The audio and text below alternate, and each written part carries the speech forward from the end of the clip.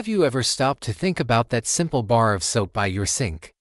We use it every day, multiple times a day, to wash our hands, clean our bodies, and keep germs at bay. It's such a fundamental part of our lives, but have you ever wondered how it's made? Where does this magical, bubbly stuff actually come from? Is it something you could even make at home? Well, get ready, because today we're diving deep into the fascinating world of soap making.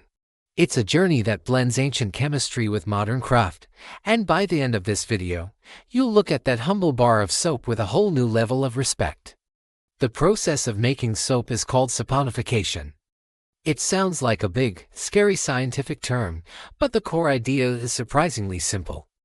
Saponification is the chemical reaction that happens when you mix fats or oils with an alkali. The most common alkali used in solid bar soap making is sodium hydroxide, also known as lye. Now, I know what you might be thinking: lye.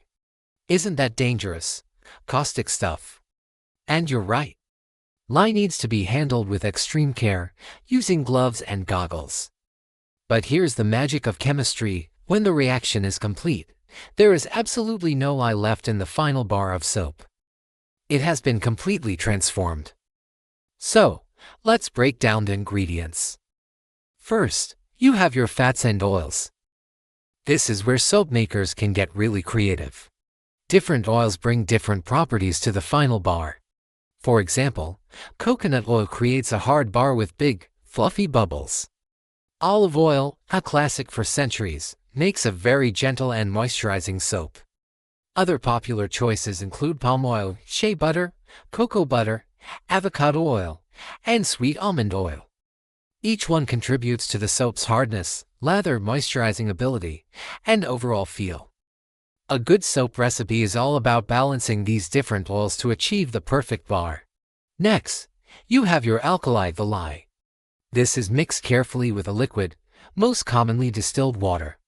When lye is added to water, it creates an exothermic reaction, meaning it gets very, very hot, very quickly. This is one of the most critical and potentially dangerous steps, so it's always done in a well-ventilated area with proper safety gear. This lye water solution is then left to cool down to a specific temperature. Now for the main event: combining the oils and the lye solution. Both the oils and the lye water need to be at roughly the same temperature, usually around 100 to 120 degrees Fahrenheit, or about 37 to 49 degrees Celsius. The lye solution is slowly and carefully poured into the melted oils. Then, the mixing begins. This mixing is crucial. You can stir by hand, but most soap makers use an immersion blender, also known as a stick blender. It speeds up the process significantly. As you blend, the mixture will start to thicken. You're looking for a stage called trace. Trace is the point where the soap batter is thick enough that when you drizzle some of it from the blender back into the pot, it leaves a faint trail, or trace, on the surface before sinking back in. It looks kind of like thin pudding. Reaching trace means that the emulsification is stable, and the saponification process is well underway. Once you hit trace, the creative fun really begins. This is the point where you can add all the extra goodies. Want a scented soap? You can add fragrance oils or essential oils. Want some color? You can swirl in micas, clays, or other natural colorants. Want some exfoliation? You can mix in things like ground oatmeal, coffee grounds, or poppy seeds. This is the stage where a simple soap becomes a unique work of art. The possibilities are truly endless. After everything is mixed in, the thick soap batter is poured into a mold. Molds can be anything from a professional silicone loaf mold to a simple cardboard box lined with freezer paper. Once in the mold, the soap needs to be insulated. This is usually done by covering it with a piece of cardboard and then wrapping the whole thing in towels or blankets. This insulation traps the heat being generated by the ongoing saponification process. The soap will go through something called the gel phase, where it becomes hot and almost translucent before cooling down and becoming opaque again. This gel phase helps create a harder, longer-lasting bar with more vibrant colors. After about 24 to 48 hours, the soap is hard enough to be molded and cut into individual bars.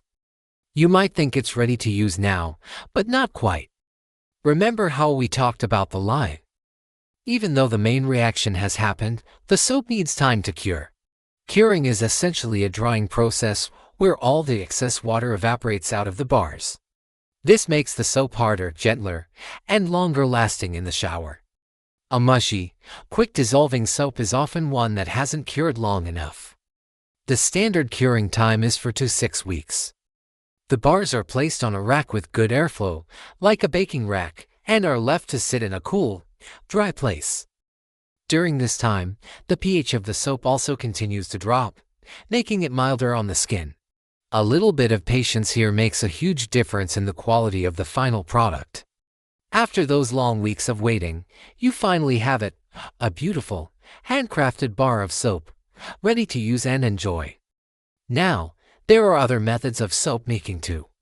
What we just described is the cold process method, which is the most popular among hobbyists and artisan soap makers. There's also the hot process method. In hot process, after the soap reaches trace, it's actually cooked, either in a slow cooker or on the stove.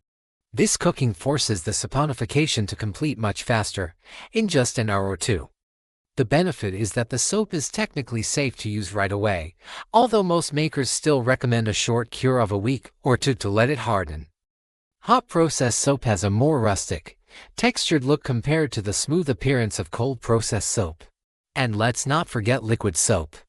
Liquid soap is made in a similar way, but instead of using sodium hydroxide as the alkali, it uses potassium hydroxide. This different alkali is what results in a liquid soap paste, which is then diluted with water to get the right consistency.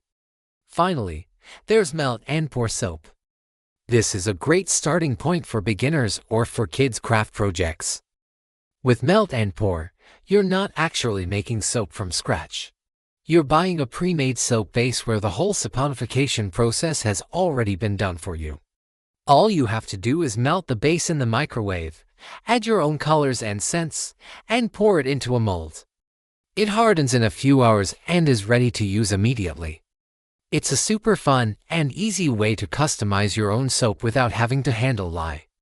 So, from the careful measurement of oils and lye, to the magical moment of trace, the creative addition of colors and scents, and the patient wait during the cure, a whole lot of science and art goes into that simple bar of soap.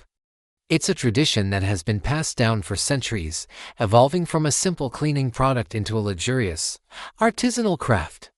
The next time you lather up, maybe you'll appreciate the incredible chemical journey that brought that soap into your hands. It's a little bit of everyday magic. Thank you so much for joining me on this deep dive into the world of soap making. I hope you found it as fascinating as I do.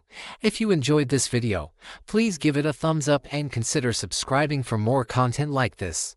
And I'm curious, have you ever tried making soap? Let me know in the comments below. Thanks for watching. And I'll see you in the next one.